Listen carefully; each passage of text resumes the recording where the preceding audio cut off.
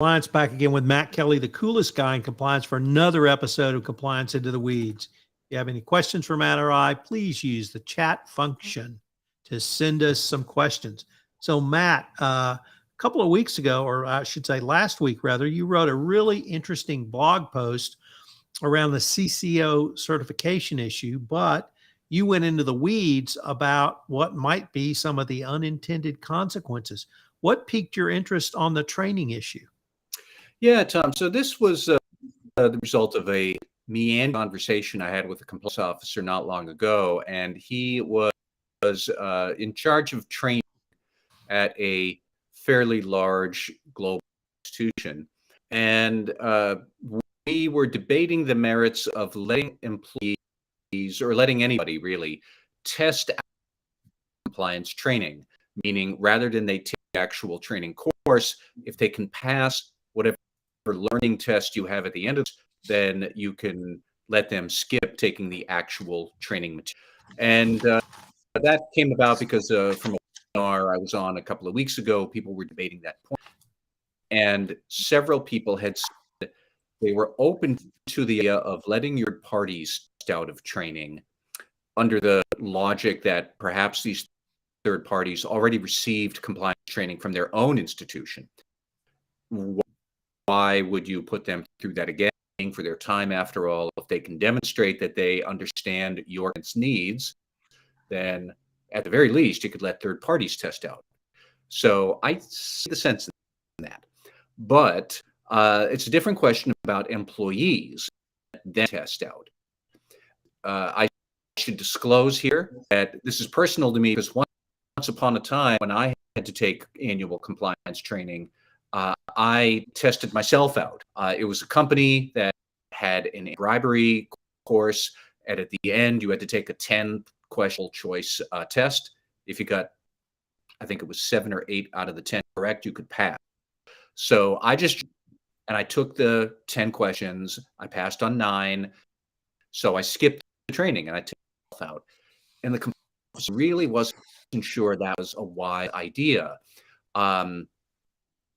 Because really about, would you want to show that the employee is engaging with the material, cheating going on, and people are passing around the multiple answers, raising questions about should you maybe give them an essay sort of a test. The more I thought about what I was doing, it became clear to me that the training I was taking was more about anti-corruption law, as opposed the policies at my specific organization. Not really what my training was about. My training, of course, was just the FCA and the Bribery Act, and I've been writing about them for 20 years. I tested, almost embarrassed to admit, I got 1 out of the 10 wrong. But I did. So we had that back and forth. Stop right there because I do think there are some other issues about is that part of a good program or not, but just unto itself raised some really issues, and a lot of compliance officers are with the idea of letting employees out. I don't know what your thoughts are, but we went round and round on that for a while. Let me stay with your example because I really was struck by that. And I thought you had a really interesting insight about the difference between taking the course and digesting the course from taking the test. And that they, although certainly complementary, they may be seen almost in parallel. And my example was I clept out of 15 hours of college, all in history. And the way you did it back then is you walked in, they said, here's the topic, write for 3 hours on it. And they had 5 topics that I knew a lot on, and I wrote for, 15 hours over 5 days. But when I thought about your example, what I realized was I missed 15 hours of lectures, and I missed the interactions with my classmates and my professors or the learning part of the course. And that's what I heard you say or write about in your blog post, that we really might want to reconsider what is effective training by measuring it simply from a test perspective, because I thought I heard you say um, the effective part of the training you never got because you didn't take it. You just went straight to the test and got credit for it. So that was sort of my initial observation that maybe we need to rethink training and testing some way, because in addition to all of the points you raised as well in your blog post. Well, I think that's very valid. And so I was asking my compliance friend, what would you want to in a compliance training unit? And he was saying something like maybe each employee to spend at least seconds per page reading it before they're allowed to proceed to the next one. He also talked a bit about maybe multiple choice format would be okay, but you really need to think about what the questions are. It's not so much that if a government official demands a bribe, I should say no. I think at this point, most sophisticated global executives would know the answer to that. You might want to train the employee on how do you actually handle a situation where the government official is soliciting the bribe, and not just turn down, but is there a policy that they're expected to report that to the compliance officer, which I would think that you should. But maybe make it more about specific to the role, specific to policy, not specific to what is the law. I think that was a very good one, a very good point to raise, that you really need to think about what are you testing this specific employee on, or this specific role for the employee, because you could indeed just give a blanket, what does the FCPA requires? Is it, like you can give that to any idiot on the street, and it doesn't matter if they're part of your company or not. You're testing them on the law. And I thought that was a very important point. Most of the compliance officers who I've since asked this about out on LinkedIn, it did generate a lot of interesting discussion. They were comfortable with the idea of letting a test out. They were more okay with letting a third test out if A, pass the test, B, they'll certify that my own employer has trained me in all of this stuff, and then C, if you have any additional material that you want your third party to know that they haven't already trained on at their own company, then they would that training and then take an extra test. But and I've heard that idea around for a while now, that third parties can, there is no need to have a third-party CEO take your anti-corruption training. That's ridiculous. The CEO already has their own anti-corruption concerns, or they should. But have the third party certified that they're trained up to a point and they will take any addition beyond what they normally get. That all seems to make sense.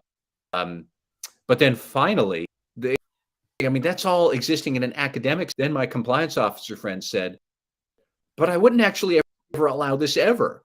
I said, well, why not? And then he said, I'm not going to certify my effectiveness of my compliance program and allow that at the same time.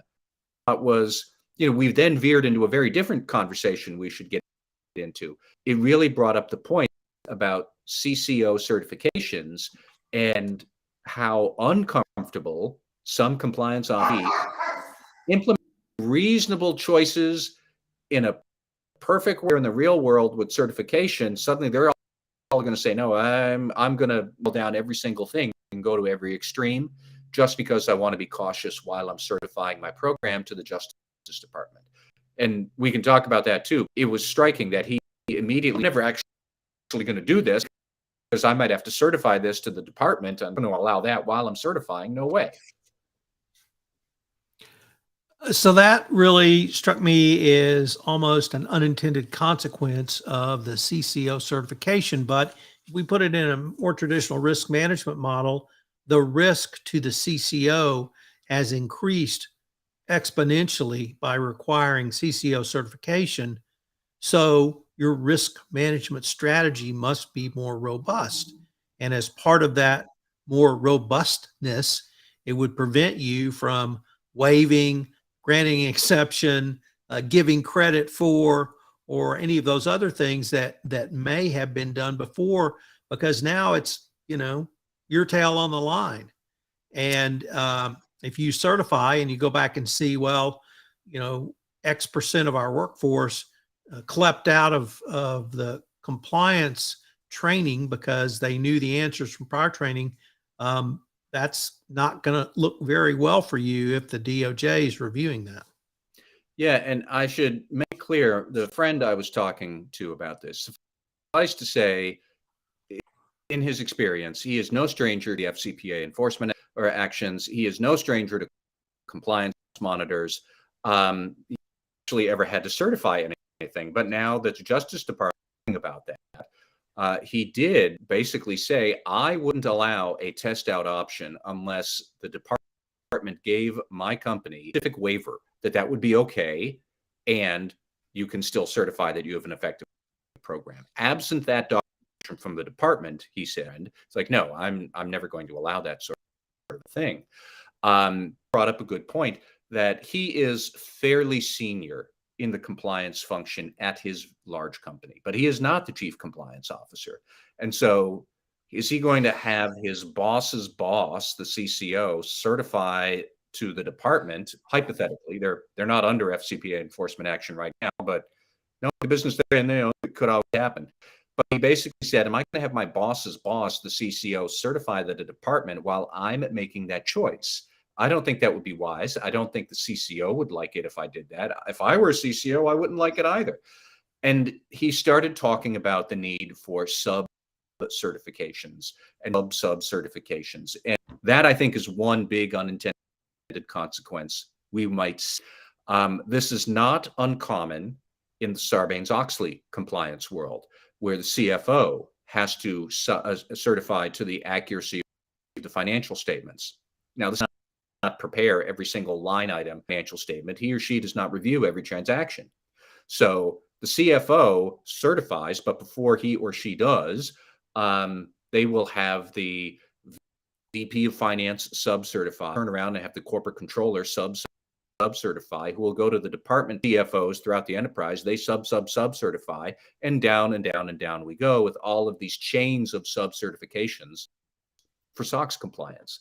Very easily see a similar dynamic taking root if suddenly the ethics and compliance realms realizes, well, whoa, this certification stuff is for real. I'm not going to put my own neck out there unless all of my subordinates have already given me adequate documentation and protection. So I'm going to have them sub-certify, and here we go. Of mixed minds about whether that is good practice or it is just more paperwork. But I have zero doubt that eventually that sort of thing going to happen. And I think it's going to become quite widespread if CCO certification really does become a big, widespread and fixture of Justice Department enforcement. I would just only disagree to speed up that time frame because I think that's what will start immediately. Part of it is because we have seen that exact same model that you delineated from Sarbanes-Oxley, and now we've had that model in place for nearly 20 years. So people are aware of that model. I would say comfortable using that model. Everyone understands the reason for the model to the point where at a major oil company, I had to certify as a lawyer doing contracts that 80% of my contracts met the Sarbanes-Oxley requirement for independent review and documentation of that review. And then, it rolled right up the chain. And that was just for the contracts. So I can see multiple sub-certifications. If you're in you name the major billion-dollar company that's gone through a FCPA enforcement action in the past 30 days, I can see with hundreds of compliance officers, or a major bank who's continually in trouble, who used to run a stage company. Well, perhaps you're going to have a lot of certifications all rolling up, but that model is in place, and I see that as a consequence. And then I guess, Matt, the thing I wanted to see is, based on the conversation and based on what we both believe will be the situation for a CCO, will we see CCOs sort of tying down all of these requirements in every area beyond training, so that where something may have been a waiver granted or some other exception granted, will those now go by the wayside for a company in an enforcement action where a CCO is going to have to certify? Well, I think that's very possible. And we've been talking a lot about certification. My friend, he introduced another element is like, let's say you have a independent compliance monitor on the edge of your desk for the next 3 years. And how would you make these decisions about your program with that monitor watching your every move? Um, you basically, compliance office friend, he was saying, I would not allow a test out. I would require certifications. You probably go to all the lengths that you were just talking about, compliance monitor there. So at the very least, he could say, clearly wasn't scofflawing any of this issue because I was cognizant of the monitor. I was doing everything. And then he said, and then the monitors, well, now I might have discretion to dial back some of my Monian requirements, like no test out, but play out how, you didn't have a test out clause or policy while the monitor was there. Monitor leaves, you allow him to test out, you have another up sometime in the future. The Justice Department is looking back and they see that the key event that led you to start dialing back some of your more compliance requirements was that the monitor left. Well, that's going to look terrible. Second enforcement action in your future.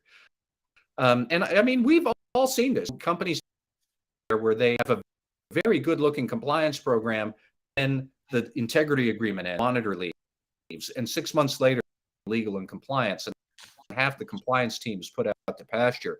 And, you sack a whole lot. If you then have another incident in the future, in hindsight, doing all of this dialing back right after the integrity agreement ended, look really bad. So he said, I do think that I'm going to always have an incentive to be a real hard ass about it. And he didn't really like that because you do want compliance measures reasonable, that are proportionate, but everything reasonable and right up until you have a screw up. And then everybody's poring over every decision with the microscope and what looked reasonable and proportionate at one time looks like you were kind of trying to cut corners or being, trying to skate. So he really did have some very uncomfortable thoughts about how difficult compliance life under CCO certifications. No, I think that's absolutely right. And I was thinking about simple control overrides. Yes. Will you allow control overrides? If a control override is granted by someone outside the compliance function, how is that? Is it simply documented that the control is overridden and the reason? Does that person now have to certify to something to the chief compliance officer or other compliance professional? I think that I've used the term exceptions, but I wanted that to include control override so that it could really take away from, as you said, reasonable and proportional compliance for an organization, because you're absolutely right. Looking back, hindsight's going to be 2020, and whatever you did then is going to be reviewed in the context of what happened and 3 or 5 years down the road. Tom, one closing thought that I just want to harp on, because I've harped on it before, but I think it's worth up on, is really if we want to go down the road of CCO of the program, which I'm not philosophically opposed to. I'm not sure how it's going to work. Okay, maybe it could. The Justice Department needs to put out a formal statement about how this is going to work, because without it, the rest of us in compliance officer land are, we're biting our fingernails, wondering how's this going to work? Am I going to get it? What about the next guy and their enforcement action? Are they going to get it? We can't have something so significant with so many implications just be discussed in the form of a speech given by Assistant Attorney General Kenneth Polite, who I do think is a good AG. I think his heart is in the right place. I think he's an ally of compliance officers, but this is a big policy thing. It needs policy treatment. We need some guidance that we can all stare at that's printed and not just rely on speeches from a high-level Justice Department official who might say, this isn't really going to be out to bite you in the rear end. I don't doubt that they mean that, but there are a dozen different ways that this can bite you in the rear end because it's a big and thing with a lot of sharp teeth in it. So I want to end with a question, not for you to answer, but to ponder upon. Because in thinking about your blog post and this podcast, the current CCO requirement applies to companies that have gone through an enforcement action, have settled with the Department of Justice, where the DOJ is going to require it. It's not mandatory, it's discretionary, but they've at least in one or two now put that requirement in. Could this be a stepping stone to adding to the hallmarks of an effective compliance program, CCO annual certification? Once again, you don't have to answer that, but I would ask you to consider that because I would like to come back and ask you that at a later date. Well, Tom, when we get back to it, we could talk about that all day long. It's an excellent thing to think about.